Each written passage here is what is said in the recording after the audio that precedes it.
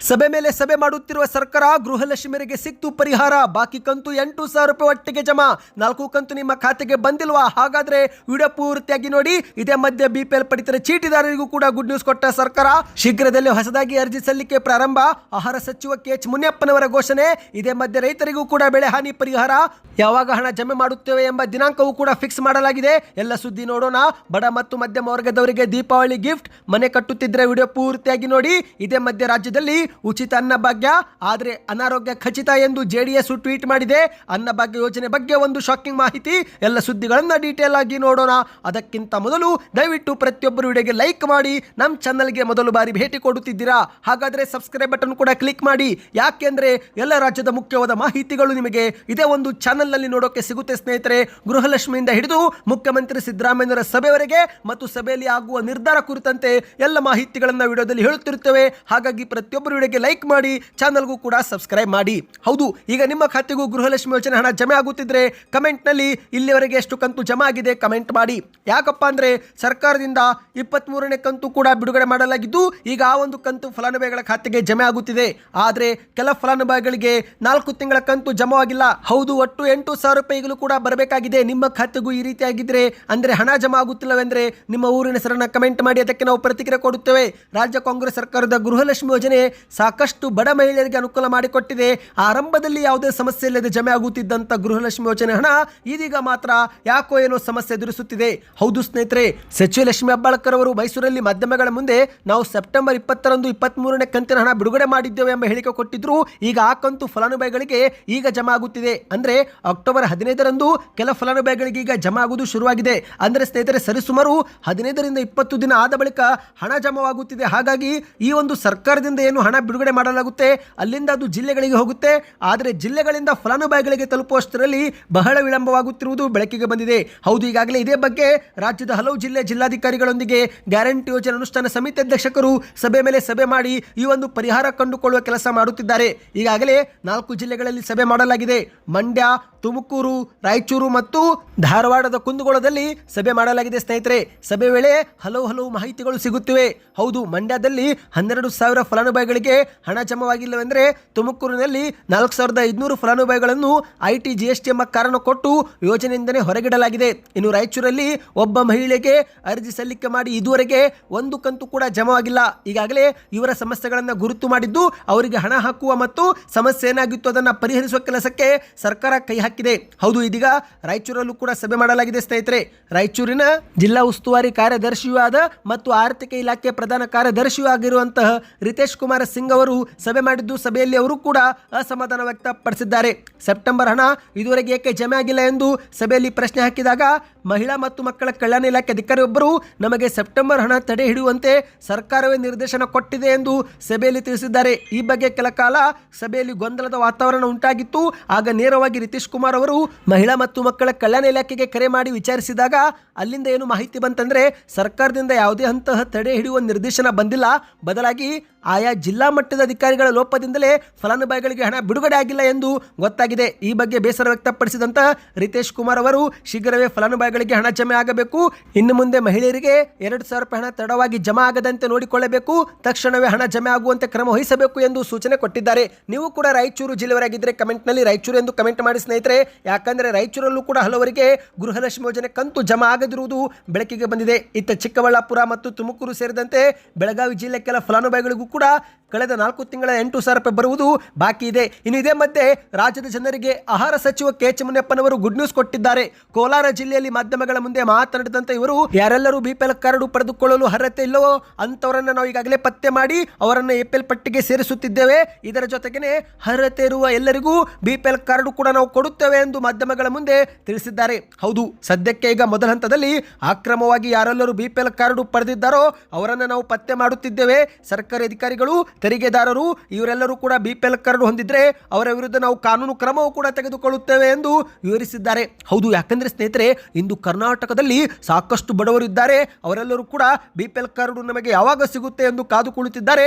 ಆದರೆ ಇತ್ತ ಮತ್ತೊಂದೆಡೆಯಲ್ಲಿ ಆಸ್ತಿ ಪಾಸ್ತಿ ಹೊಂದಿದವರು, ಸ್ವಂತ ಕಾರಲ್ಲಿ ತಿರುಗಾಡುವವರು ಕೂಡ BPL ಕಾರ್ಡ್ ಹೊಂದಿದ್ದು ಇವರು ಮಾತ್ರ ಸರ್ಕಾರದ ಸೌಲಭ್ಯಗಳನ್ನ ಆರಾಮಾಗಿ ಪಡೆದುಕೊಳ್ಳುತ್ತಿದ್ದಾರೆ. ಅಂದ್ರೆ ಅರ್ಹತೆ ಇದ್ದವರು ಬಿಪಿಎಲ್ ಕಾರ್ಡು ಸಿಗುತ್ತಿಲ್ಲ, ಅರ್ಜಿ ಕರೆಯುತ್ತಿಲ್ಲ ಎಂದು ಕಾದು ಕುಳಿತಿದ್ರೆ ಇತ್ತ ಅನರ್ಹರು ಮಾತ್ರ ಸರ್ಕಾರದ ಎಲ್ಲ ಸೌಲಭ್ಯ ಪಡೆದುಕೊಳ್ಳುತ್ತಿದ್ದಾರೆ. ಹೌದು, ಸರಿಸುಮಾರು 2 ವರ್ಷದಿಂದ ಹೊಸದಾಗಿ ಬಿಪಿಎಲ್ ಕಾರ್ಡು ಕೊಟ್ಟಿಲ್ಲ. ಹಾಗಾಗಿ ಎಷ್ಟೋ ಬಡವರು ಈಗಲೂ ಕೂಡ ಬಿಪಿಎಲ್ ಕಾರ್ಡ್ನಿಂದ ವಂಚಿತರಾಗಿದ್ದಾರೆ. ಸರ್ಕಾರ ಮಾತ್ರ ತಿದ್ದುಪಡಿ ಸೇರಿದಂತೆ ಹೊಸ ಸದಸ್ಯರ ಸೇರ್ಪಡೆಗೆ ಇತರೆ ಬದಲಾವಣೆಗೆ ಅವಕಾಶ ಮಾಡಿಕೊಟ್ಟಿದೆ. ಆದರೆ ಹೊಸದಾಗಿ ಅರ್ಜಿ ಸಲ್ಲಿಕೆ ಮಾಡಲು ಅವಕಾಶ ಮಾಡಿಕೊಟ್ಟಿಲ್ಲ. ಹಾಗಾಗಿ ರಾಜ್ಯಾದ್ಯಂತ ಹಲವು ಫಲಾನುಭವಿಗಳು ಅರ್ಹತೆ ಇದ್ರೂ ಕೂಡ ಬಿಪಿಎಲ್ ಕಾರ್ಡ್ ಅನ್ನ ಪಡೆದುಕೊಳ್ಳದಂತೆ ಆಗಿದೆ. ಹೌದು ಸ್ನೇಹಿತರೆ, ಹಾಗೆ ಶೀಘ್ರವೇ ಬಿಪಿಎಲ್ ಕಾರ್ಡ್ ಅನ್ನ ನಾವು ಕೊಡುತ್ತೇವೆ ಎಂದು ಸ್ವತಃ ಕೆ.ಎಚ್. ಮುನಿಯಪ್ಪನವರೀಗ ಹೇಳಿಕೆ ಕೊಟ್ಟಿದ್ದಾರೆ. ಆದರೆ ಮಾಧ್ಯಮಗಳ ಮುಂದೆ ಕೆಲ ಷರತ್ತನ್ನು ಕೂಡ ವಿವರಿಸಿದ್ದಾರೆ. ಅದೇನೆಂದರೆ, ಅರ್ಜಿ ಸಲ್ಲಿಕೆ ಮಾಡುವರು ಕರ್ನಾಟಕದ ನಿವಾಸಿಯಾಗಿರಬೇಕು, ಕುಟುಂಬದ ವರ್ಷದ ಆದಾಯ 1,20,000 ದಾಟಿರಬಾರ್ದು, 4 ಚಕ್ರದ ವಾಹನ ಇರಬಾರ್ದು, 100 ಸಿಸಿಗಿಂತ ಅಧಿಕ ಸಾಮರ್ಥ್ಯದ 2 ವೀಲರ್ ಕೂಡ ಇರಬಾರ್ದು, ಜೀವನೋಪಾಯಕ್ಕಾಗಿ ಒಂದೇ ಆಟೋ ರಿಕ್ಷಾ ಹೊಂದಿದ್ರೆ ವಿನಾಯಿತಿ ಸಿಗುತ್ತೆ, ಆದಾಯ ತೆರಿಗೆ ಮಾತ್ರ ಪಾವತಿ ಮಾಡುತ್ತಿರಬಾರ್ದು ಮತ್ತು ನಿಮ್ಮ ತಿಂಗಳ ವಿದ್ಯುತ್ ಬಿಲ್ಲು 450 ರೂಪಾಯಿ ಮೀರಿರಬಾರದು ಎಂಬ ಒಂದು ಷರತ್ತನ್ನು ಹಾಕಿದ್ದಾರೆ. ಮತ್ತು ಅದೇ ರೀತಿ ಒಂದು ಕುಟುಂಬ 3 ಹೆಕ್ಟೇರ್ಗಳಿಗಿಂತ ಹೆಚ್ಚು ಕೃಷಿ ಭೂಮಿಯೂ ಕೂಡ ಹೊಂದಿರಬಾರದು. ಅಂದರೆ ಸ್ನೇಹಿತರೆ, 7.5 ಎಕರೆಗಿಂತ ಹೆಚ್ಚು ಕೃಷಿ ಭೂಮಿ ನಿಮ್ಮ ಹತ್ತಿರ ಇರಬಾರ್ದು ಮತ್ತು ನಿಮ್ಮದೇ ಹೆಸರಲ್ಲಿ ನಗರ ಪ್ರದೇಶದಲ್ಲಿ 1,000 ಚದರ ಅಡಿಗಿಂತ ಅಂದರೆ 1,000 ಸ್ಕ್ವೇರ್ ಫೀಟ್ಗಿಂತ ಹೆಚ್ಚಿನ ಸ್ವಂತ ಮನೆಯೂ ಕೂಡ ನೀವು ಹೊಂದಿರಬಾರದು. ಆಗ ಮಾತ್ರ ಅರ್ಜಿ ಸಲ್ಲಿಕೆ ಮಾಡಬಹುದು ಎಂದು ಕೆ.ಎಚ್. ಮುನಿಯಪ್ಪನವರು ಹೇಳಿದ್ದಾರೆ. ಶೀಘ್ರವೇ ಹೊಸದಾಗಿ ಅರ್ಜಿ ಸಲ್ಲಿಕೆಯೂ ಕೂಡ ಕರೆಯುತ್ತೇವೆ ಎಂದಿದ್ದಾರೆ. ಇನ್ನು ಇದೇ ಮಧ್ಯೆ ರೈತರಿಗೆ ಒಂದು ಮುಖ್ಯವಾದ ಮಾಹಿತಿಗೆ ಹೋಗೋಣ. ಬೆಳೆ ಹಾನಿ ಪರಿಹಾರ ಬಿಡುಗಡೆ ಬಗ್ಗೆ ಮುಖ್ಯವಾದ ಮಾಹಿತಿ. ನೀವು ಕೂಡ ರೈತರಾಗಿದ್ದು ನಿಮ್ಮ ಬೆಳೆ ಹಾನಿಯಾಗಿದ್ರೆ ಯಾವ ಬೆಳೆ ಹಾನಿಯಾಗಿದೆ ಕಮೆಂಟ್ ಮಾಡಿ. ಹೌದು, ಕರ್ನಾಟಕದಲ್ಲಿ ಮಳೆಯಿಂದ 13 ಲಕ್ಷ ಹೆಕ್ಟೇರ್ ಆಸುಪಾಸು ಬೆಳೆ ಹಾನಿಯಾಗಿದ್ದು ಈಗಾಗಲೇ ಸರ್ಕಾರವು ಕೂಡ ಬೆಳೆ ಹಾನಿ ಪರಿಹಾರ ಘೋಷಣೆ ಮಾಡಿದೆ. ಹೌದು ಸ್ನೇಹಿತರೆ, ಈ ಬಾರಿ ಸರ್ಕಾರ ಪ್ರತಿ ಹೆಕ್ಟರ್ಗೆ ಹೆಚ್ಚುವರಿಯಾಗಿ 8,500 ರೂಪಾಯಿ ಪರಿಹಾರನ ಕೊಡುವುದಾಗಿ ಕೂಡ ಘೋಷಣೆ ಮಾಡಿದೆ. ಇದೇ ಮಧ್ಯೆ ಬೀದರ ಜಿಲ್ಲೆ ರೈತರಿಗೆ ಗುಡ್ ನ್ಯೂಸ್ ಸಿಕ್ಕಿದೆ. ಹೌದು, ಶೀಘ್ರವೇ ಬೀದರ ಜಿಲ್ಲೆ ರೈತರ ಬ್ಯಾಂಕ್ ಖಾತೆಗಳಿಗೆ ಹಣ ಜಮೆ ಆಗಲಿದೆ. ಬೀದರ ಜಿಲ್ಲೆಯಲ್ಲಿ ಸೆಪ್ಟೆಂಬರ್ ತಿಂಗಳಲ್ಲಿ ಸುರಿದಂತ ಧಾರಾಕಾರ ಮಳೆಯಿಂದ ಆಗಿರುವ ಬೆಳೆ ಹಾನಿಗೆ ಮುಖ್ಯಮಂತ್ರಿ ಸಿದ್ದರಾಮಯ್ಯನವರು ಪ್ರತಿ ಹೆಕ್ಟರ್ಗೆ 8,500 ರೂಪಾಯಿ ಪರಿಹಾರ ಘೋಷಣೆ ಮಾಡಿದ್ದು ಒಟ್ಟಾರೆ 300 ಕೋಟಿ ರೂಪಾಯಿ ಬೆಳೆ ಹಾನಿ ಪರಿಹಾರ ಇದೇ ಅಕ್ಟೋಬರ್ 30ರೊಳಗೆ ಪಾವತಿ ಮಾಡುತ್ತೇವೆ ಎಂದು ಅರಣ್ಯ ಜೀವಶಾಸ್ತ್ರ ಮತ್ತು ಪರಿಸರ ಜೊತೆಗೆ ಜಿಲ್ಲಾ ಉಸ್ತುವಾರಿ ಸಚಿವರಾಗಿರುವ ಈಶ್ವರ ಬಿ ಖಂಡ್ರೆ ಅವರು ಹೇಳಿಕೆಯನ್ನು ಕೊಟ್ಟಿದ್ದಾರೆ. ಹೌದು, ಬೀದರ ಜಿಲ್ಲಾಧಿಕಾರಿಗಳ ಕಚೇರಿಯಲ್ಲಿ ನಡೆದಂತ ಕೆಡಿಪಿ ಸಭೆ ಅಧ್ಯಕ್ಷತೆ ವಹಿಸಿ ಅವರು ಮಾತನಾಡಿದ್ದಾರೆ. ನಾಳೆ ಸಂಜೆಯೊಳಗೆ ಮಳೆ ಹಾನಿ ಪ್ರದೇಶದ ತಹಶೀಲ್ದಾರರು ಪರಿಹಾರದ ಪೋರ್ಟಲ್ನಲ್ಲಿ ಹಾನಿಯ ಪ್ರಮಾಣವನ್ನು ಕಡ್ಡಾಯವಾಗಿ ದಾಖಲಿಸಬೇಕು, ಪರಿಹಾರ ನೀಡಿಕೆಗೆ ತುರ್ತು ಕ್ರಮ ವಹಿಸಬೇಕು ಎಂದು ಸ್ಪಷ್ಟ ಸೂಚನೆ ಕೊಟ್ಟಿದ್ದಾರೆ. ಹೌದು, ಇದೀಗ NDRF ಮತ್ತು SDRF ನಿಯಮದಂತೆ 170 ಕೋಟಿ ರೂಪಾಯಿ ಪರಿಹಾರವನ್ನು ಈಗಾಗಲೇ ಪಾವತಿ ಮಾಡಲಾಗುತ್ತಿದ್ದು ಅಕ್ಟೋಬರ್ 30ರೊಳಗೆ ಒಟ್ಟು 300 ಕೋಟಿ ರೂಪಾಯಿ ಪರಿಹಾರ ಮೊತ್ತ ರೈತರಿಗೆ ಪಾವತಿ ಮಾಡುವುದಾಗಿ ಸ್ಪಷ್ಟನೆ ಕೊಟ್ಟಿದ್ದಾರೆ. ಸ್ನೇಹಿತರೆ, ಸಭೆಯಲ್ಲಿ ಅಕಾಲಿಕ ಮಳೆಯಿಂದ ಉಂಟಾಗಿರುವ ಜೀವಹಾನಿ, ಬೆಳೆ ಹಾನಿ, ಮನೆ ಹಾನಿ, ಜಾನುವಾರು ಹಾನಿ ಸೇರಿದಂತೆ ಎಲ್ಲದರ ಬಗ್ಗೆ ಚರ್ಚೆ ಮಾಡಲಾಗಿದ್ದು ದೀಪಾವಳಿ ಒಳಗೇನೆ ಪರಿಹಾರ ನೀಡುವುದಾಗಿಯೂ ಕೂಡ ಭರವಸೆ ಕೊಟ್ಟಿದ್ದಾರೆ. ನೀವು ಕೂಡ ಬೀದರ ಜಿಲ್ಲೆಯವರಾಗಿದ್ದರೆ ಕಮೆಂಟ್ನಲ್ಲಿ ಬೀದರ ಎಂದು ಕಮೆಂಟ್ ಮಾಡಿ, ಅಥವಾ ಬೇರೆ ಜಿಲ್ಲೆಯ ರೈತರಾಗಿದ್ದರೆ ಯಾವ ಜಿಲ್ಲೆ ಮತ್ತು ಯಾವ ಬೆಳೆ ಹಾನಿಯಾಗಿದೆ ಎಂಬುದನ್ನು ಕಮೆಂಟ್ ಮಾಡಿ. ಇದೀಗ ಕಲಬುರಗಿ ಮತ್ತು ಬೀದರ ಜಿಲ್ಲೆ ರೈತರಿಗೆ ಮೊದಲ ಹಂತದಲ್ಲಿ ಹಣ ಜಮಾ ಆಗುವ ಸಾಧ್ಯತೆ ಎದ್ದು ಕಾಣುತ್ತಿದೆ. ಇನ್ನು ಇದೇ ಮಧ್ಯೆ ಮತ್ತೊಂದು ಗುಡ್ ನ್ಯೂಸ್ ಹತ್ತಿರ ಹೋಗೋಣ. ಮುಖ್ಯಮಂತ್ರಿ ಸಿದ್ದರಾಮಯ್ಯನವರು ಮತ್ತು ಉಪಮುಖ್ಯಮಂತ್ರಿ DK ಶಿವಕುಮಾರ್ ಅವರು ಬೆಂಗಳೂರಿನ ಜನತೆಗೆ ಮೊದಲು ಗುಡ್ ನ್ಯೂಸ್ ಕೊಟ್ಟಿದ್ದಾರೆ. ಇದೊಂದು ರೀತಿ ದೀಪಾವಳಿಯ ಗಿಫ್ಟ್ ಆಗಿದೆ. ಹೌದು, ಬೆಂಗಳೂರು ನಿವಾಸಿಗಳಿಗೆ ನಗರಾಭಿವೃದ್ಧಿ ಇಲಾಖೆ ದೀಪಾವಳಿ ಗಿಫ್ಟ್ ಘೋಷಣೆ ಮಾಡಿಬಿಟ್ಟಿದೆ. ಬೆಂಗಳೂರಲ್ಲಿ ಬಡವರು ಮತ್ತು ಮಧ್ಯಮ ವರ್ಗದವರು ಅನಧಿಕೃತವಾಗಿ ನಿರ್ಮಿಸಿರುವಂತಹ ಸಣ್ಣ ವಿಸ್ತೀರ್ಣದ ಮನೆಗಳಿಗೆ ಸ್ವಾಧೀನಾನುಭವ ಪ್ರಮಾಣ ಪತ್ರ ಅಂದ್ರೆ OC ಅಕ್ಯುಪೆನ್ಸಿ ಸರ್ಟಿಫಿಕೇಟ್ ಪಡೆಯುವುದರಿಂದ ವಿನಾಯಿತಿ ಘೋಷಣೆ ಮಾಡಿದೆ. ಅಂದ್ರೆ ಸ್ನೇಹಿತರೆ, ಈ ಒಂದು ಹಿಂದೆ OC ಇಲ್ಲದ ಕಟ್ಟಡಗಳಿಗೆ ಜಲಮಂಡಳಿ ಮತ್ತು ಬೆಸ್ಕಾಂ ಅಧಿಕಾರಿಗಳು ವಿದ್ಯುತ್ ಸಂಪರ್ಕ, ನೀರಿನ ಸಂಪರ್ಕವೇ ಕೊಡುತ್ತಿರಲಿಲ್ಲ. ಆದರೆ ಇನ್ನು ಮುಂದೆ 30x40 ಅಂದ್ರೆ 1200 ಸ್ಕ್ವೇರ್ ಫೀಟ್ ನಿವೇಶನಗಳಿಗೆ OC ಅಗತ್ಯವಿಲ್ಲ. ನಿಮಗೆ ನೀರು ಸಿಗುತ್ತೆ, ವಿದ್ಯುತ್ ಸಂಪರ್ಕವೂ ಸಿಗುತ್ತೆ. OC ನಿಮ್ಮ ಹತ್ತಿರ ಇಲ್ಲವೆಂದರೂ ಕೂಡ ನೀವು ಈ ಒಂದು ಸೌಲಭ್ಯಗಳನ್ನು ಇನ್ನು ಮುಂದೆ ಪಡೆದುಕೊಳ್ಳಬಹುದು. ಇಂಥ ಒಂದು ವಿನಾಯಿತಿಯನ್ನು ರಾಜ್ಯ ಸರ್ಕಾರ ಘೋಷಣೆ ಮಾಡಿದೆ. ಸ್ನೇಹಿತರೆ, ನಗರಾಭಿವೃದ್ಧಿ ಇಲಾಖೆ ಅಕ್ಟೋಬರ್ 14ರಂದು ಅಧಿಕೃತವಾಗಿಯೇ ಆದೇಶ ಹೊರಡಿಸಿದೆ. 30x40 ಸೈಟ್ನಲ್ಲಿ ನೆಲ ಜೊತೆಗೆ 2+ ಅಂತಸ್ತಿನ ಕಟ್ಟಡಗಳಿಗೆ ಈ ಒಂದು ವಿನಾಯಿತಿ ಘೋಷಣೆ ಮಾಡಲಾಗಿದೆ. ವಸತಿ ಕಟ್ಟಡಗಳಿಗೆ ಇನ್ನು ಮುಂದೆ ಸ್ವಾಧೀನಾನುಭವ ಪತ್ರ ಅಂದರೆ OC ಪಡೆಯುವುದರಿಂದ ವಿನಾಯಿತಿ ನೀಡಲಾಗಿದೆ. ಬೆಂಗಳೂರಿನ ಲಕ್ಷಾಂತರ ಜನರು ಈ ಒಂದು ಘೋಷಣೆಗೆ ನಿಟ್ಟುಸಿರು ಬಿಟ್ಟಿದ್ದಾರೆ. ಯಾಕಂದ್ರೆ ಸ್ನೇಹಿತರೆ, ಈ ಒಂದು ಹಿಂದೆ OC ಇಲ್ಲದ ಕಟ್ಟಡಗಳಿಗೆ ಜಲಮಂಡಳಿ, ಬೆಸ್ಕಾಂನವರು ವಿದ್ಯುತ್ ಸಂಪರ್ಕ, ನೀರಿನ ಸಂಪರ್ಕವೇ ನೀಡುತ್ತಿರಲಿಲ್ಲ. ಇದರಿಂದ ಜನರು ಕಷ್ಟದ ಜೀವನ ಎದುರಿಸುತ್ತಿದ್ದರು. ಇನ್ನು ಎಷ್ಟೋ ಜನರು ದುಡಿದಿದ್ದೆಲ್ಲ ನೀರಿನ ಟ್ಯಾಂಕರ್ಗೆ ಹಣ ಹಾಕುತ್ತಿದ್ರು.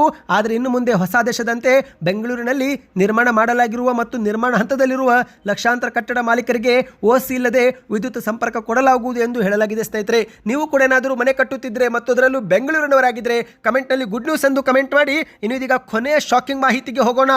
ಅನ್ನಭಾಗ್ಯ ಯೋಜನೆ ಉಚಿತ ಆದರೆ ಅನಾರೋಗ್ಯ ಖಚಿತ ಎನ್ನುವ ಒಂದು ಸುದ್ದಿ ಸ್ವತಃ JDS ಟ್ವೀಟ್ ಮಾಡಿ ಒಂದು ಶಾಕ್ ಕೊಟ್ಟಿದೆ. ಕರ್ನಾಟಕದಲ್ಲಿ ಕಾಂಗ್ರೆಸ್ ಸರ್ಕಾರ ನುಡಿದಂತೆ ಅನ್ನಭಾಗ್ಯ ಯೋಜನೆಯು ಕೂಡ ಜಾರಿಗೆ ಮಾಡಿದೆ. ಇದರಲ್ಲಿ ಉಚಿತ ಕ್ಯೂ ಕೊಟ್ಟಿದ್ದಾರೆ, ಉಚಿತ ರಾಗಿ ಕೊಟ್ಟಿದ್ದಾರೆ, ಅಕ್ಕಿ ಬದಲಿಗೆ ಹಣವನ್ನು ಕೂಡ ಇಷ್ಟು ದಿನ ಹಾಕಲಾಗಿದೆ. ಇದೀಗ ಸರ್ಕಾರ ಇಂದಿರಾ ಕಿಟ್ ಕೊಡಲು ಕೂಡ ಮುಂದಾಗಿದೆ.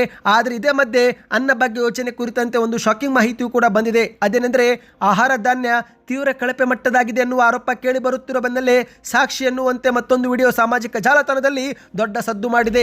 ಇದೇ ಒಂದು ವಿಡಿಯೋ ಮುಂದಿಟ್ಟುಕೊಂಡು ಜನತಾದಳ ಸೆಕ್ಯುಲರ್ ಅಂದರೆ JDS ಪಕ್ಷವು ಕೂಡ ಟ್ವೀಟ್ ಮಾಡಿದೆ. ಆ ಒಂದು ಟ್ವೀಟ್ ನೀವು ಈಗ ಸ್ಕ್ರೀನ್ ಮೇಲೆ ನೋಡ್ತಿರಬಹುದು ಸ್ನೇಹಿತರೆ. ಇದು JDS ಪಕ್ಷ ಮಾಡಿದ ಟ್ವೀಟ್ ಆಗಿದೆ.